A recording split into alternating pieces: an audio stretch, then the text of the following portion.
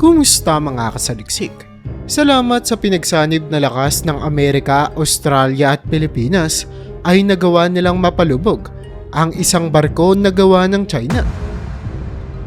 Nitong mga nakaraang Miyerkules lamang sa lawag sa Pilipinas, nagsagawang mga puwersa ng Amerika at Pilipinas na suportado ng isang surveillance aircraft mula sa Australian Air Force ng malakihang pagsasanay militar.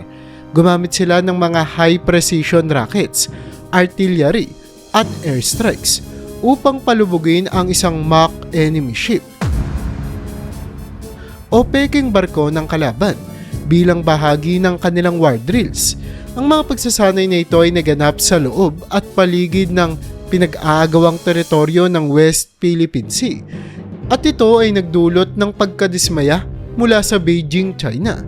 Ang mga opisyal ng militar at mga diplomat mula sa iba't ibang bansa ay nagmasid sa pagpapakita ng lakas ng puwersa mula sa isang burol sa baybayin ng Lawag City sa Ilocos Norte na siyang lalawigan din sa Hilaga kung saan nagmula si Pangulong Ferdinand Marcos Jr. sa Pilipinas. Mahigit 16,000 mga sundalo mula sa Amerika at Pilipinas, kasama ang ilang daang mga tropa mula sa Australia at mga military observers mula sa 14 na bansa, ang lumahok sa taunang pagsasanay para sa pagiging handa sa labanan na tinatawag na balikatan exercise, na ibig sabihin sa Tagalog ay balikat sa balikat. Ang pagsasanay na ito ay nagsimula pa noong Abril 22 at magtatapos sa Biyernes. Ito ay may mga kasamang senaryo ng isang dayuhang pagsalakay sa kapuluan ng Pilipinas. Ito ay nagpapakita ng patuloy na pagpapalakas ng alyansa sa pagitan ng Amerika at Pilipinas sa ilalim ng isang kasunduang pangdepensa o Defense Treaty na nagsimula pa nga noong 1950s.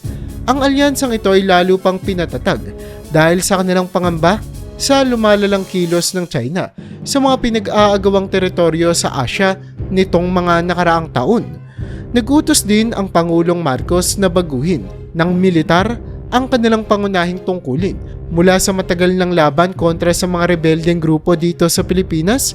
Ay sinabi ni Pangulong Marcos na pagtuunan na muna ang panlabas nating depensa, lalo na dahil sa lumalalang tensyon sa South China Sea. Ang aksyong ito ay kasabay ng mga hakbang ni US President Joe Biden at ng kanyang administrasyon na palakasin ng mga alyansa sa rehiyong Indo-Pacific upang labanan ng lumalakas na impluwensya ng China. Ikinagalit din ng Pilipinas ang mga patuloy na pambubuli ng China sa ating mga Navy at Coast Guard gamit ang mga makapangyarihang water cannon, military-grade laser at pagharang sa mga galaw ng mga barko sa karagatang malapit sa pinag-aagawang shoal sa West Philippine Sea. Ang mga insidenteng ito ay nagresulta sa mga banggaan na nagdulot ng pinsala sa mga supply boats at ikinasugat ng ilang tauhan ng Philippine Navy. Sinabi ni Philippine Ambassador to Washington, Joe Romualdez, sa isang panayam sa telepono ng The Associated Press na nasa delikadong sitwasyon tayo. Dagdag pa niya, wala tayong sapat na kakayahan para labanan ang lahat ng pananakot na nanggagaling sa China. Kaya saan tayo pupunta? Ayon kay Romualdez, lumapit tayo sa tamang kaalyado na siyang Amerika at ang mga bansa na naniniwala sa ginagawa nila. Sinisisi ng China ang Pilipinas sa paglalagay ng tensyon sa pinag-aagawang karagatan sa pamamagitan ng umano'y panghihimasok sa mga teritoryong kanilang inaangkin na nakasaad sa kanilang mapa na may 10 guhit. Ayon sa China, napilitan ng kanilang Coast Guard at Navy na magpatupad ng mga hakbang upang paalasin ang mga barko ng Pilipinas mula sa mga nasabing lugar. Samantala, patuloy naman nating pinaglalaban ang desisyon ng isang international na arbitration noong 2016 na nakabatay sa United Nations Convention on the Law of the Sea na nagdeklara na walang legal na basihan ang pag-angkin ng China sa halos buong South China Sea gamit ang kasaysayan. Hindi naman lumahok ang China sa nasabing arbitrasyon na isinampa ng Pilipinas noon pang 2013 sa pangunguna ng dating presidente na si Noynoy Aquino at patuloy na tinatanggihan at hindi kinikilala ang nasabing desisyon. Samantala, matapos ang sunod-sunod na tama mula sa mga missile, artillery at bomba na inihulog ng mga eroplano ng US at Pilipinas sa panahon ng mga combat drills, lumubog ang pekeng barko ng kalaban habang may makapal na itim na usok ang umakyat mula sa hulihan nito. Ang target na barko ay gawa sa China, ngunit inalis na sa serbisyo ng Philippine Navy noong 2020 dahil sa mga problema sa makina at electrical wirings. Ayon sa Philippine Military, pinapahayag ng mga opisyal ng militar ng Pilipinas na ang mga isinasigawang pagsasanay ay hindi nakadirekta laban sa anumang bansa. Ngunit, tumutol ang China sa mga pagsasanay militar na kasama ang puwersa ng Estados Unidos, pati na rin sa dumaraming presensya ng mga puwersa ng US sa rehiyon. Nagbabala pa nga ang China na ito ay maaaring magdulot ng pagtaas ng tensyon at pagpahamak sa katatagan ng rehiyon. Sa unang pagkakataon sa loob ng maraming taon, ang mga pagsasanay sa labanan ay isinagawa sa paligid ng matinding pinag-aagawang Spratly Islands, isang lugar na mahigpit na binabantayan ng China gamit ang kanilang Coast Guard, Navy at mga hinihinalang military flotillas. Noong Lunes, ang mga marino mula sa Estados Unidos at Pilipinas ay ginamitan ng Black Hawk helicopters upang magsanay sa pag-secure ng isang paliparan sa pinakahilagang bahagi ng bansa, sa bayan ng Itbayat na malapit naman sa Bashi Channel sa timog ng Taiwan. Isang maliit na grupo ng mga mamamahayag kabilang na ang mula sa AP ay inanyayahan upang masaksihan ng mga air at ground combat maneuvers.